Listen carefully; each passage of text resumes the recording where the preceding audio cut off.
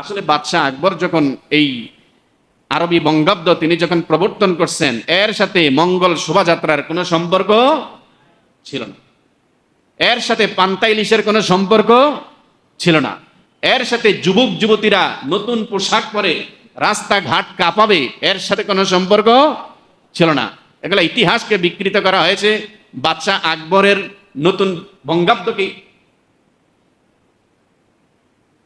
এই ইতিহাসের সাথে, মঙ্গল গ্রহের মঙ্গল শোভাযাত্রার ইতিহাসের সাথে বঙ্গাব্দের ইতিহাসের কোনো সম্পর্ক নেই। এই জন্য ভাই, বাংলা নতুন বৎসর আসলে রাস্তাঘাটে নতুন পোশাক পরে নির্দিষ্ট নমুনাতে বের হয় আমাদের মেয়েরাই। এগুলো কি ভারত থেকে আসে, আমেরিকার থেকে আসে, সৌদির থেকে আসে? কাদের মেয়ে? আমাদের মেয়েরাই বের হয়, আমাদের ছেলেরাই বের হয়, আমাদের বোনরাই বের হয়, আমাদের ভাইরাই বের হয়। তাদেরকে আমাদের নিয়ন্ত্রণ করার দরকার আছে না নাই? আমরা নিয়ন্ত্রণ করবো, আমরা বুঝাবো এগুলোর সাথে বঙ্গাব্দের কোনো সম্পর্ক নাই, বাংলা নববর্ষের কোনো সম্পর্ক নাই। এগুলো সব হিন্দু আনা সংস্কৃতি। হিন্দু মুসলিম একসাথে এদেশে বসবাস করে, এই জন্য ওরা আমাদের সংস্কৃতিগুলোকে ভাড়া করে নিয়ে গেছে, আর ওদের সংস্কৃতিগুলো আমাদেরকে চাপায়া দিয়ে দিচ্ছে।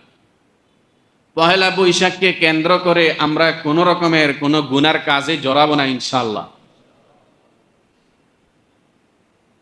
দেখেন, ইমানদারের প্রতিটি দিনেই নতুন, প্রত্যেক মানুষের প্রতিটা দিনেই নতুন জীবন। আমরা যখন শুই, রাত্রেবেলা যখন শুই, ঘুমানোর পূর্বে একটি দোয়া আছে, জানেন না? কি দোয়া?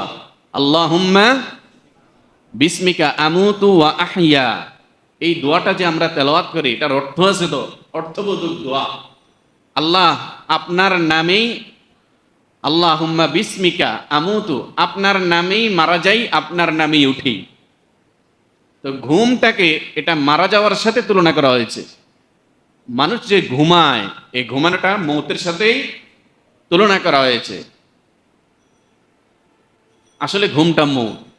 এই ঘুমের মধ্যে, ঘুম যখন শেষ হয়, তখন যদি আল্লাহ পাক রব্বুল আলামিন মানুষের আবার নতুন করে জীবন দান করেন, তখন আল্লাহ তাকে জাগিয়ে দেন।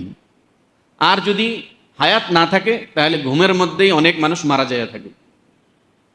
ওই যে ঘুম গেছে, এরপরে আর সে জাগ্রত হয় নাই, এই জাগ্রত সে হবে হাসরের ময়দানে। ঘুম হলো ছোট মৌত, মৌতে সুগরা। আর রূহ বের হয়ে যাওয়া, ওইটা হলো বড় মৌত। দুইটাই মৌত। তো ইমানদারের মানুষের প্রতিদিন নতুন করে